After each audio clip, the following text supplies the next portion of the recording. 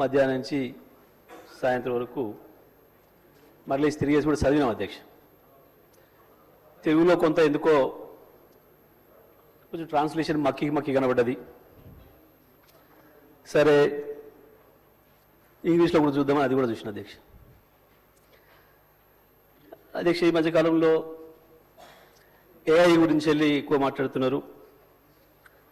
సరే ఆ ఏఐ ఏం చేస్తుంది, ప్రపంచాన్ని మూస్తుందా తెలుస్తుందా తర్వాత విషయం, దాని మీద వేరు వేరు అభిప్రాయాలు ఉన్నాయి. కానీ ఇది కేవలం ఆ ఏఐ ద్వారా దాన్ని ఉపయోగించి తయారు చేసిన ప్రసంగంలాగా కనపడ్డది.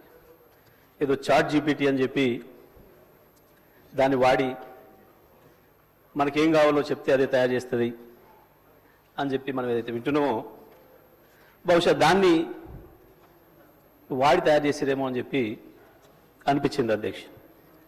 కొందరు మిత్రులతో ప్రస్తావిస్తే కూడా వాళ్ళు కూడా అదే అనుమానం వ్యక్తం చేశారు.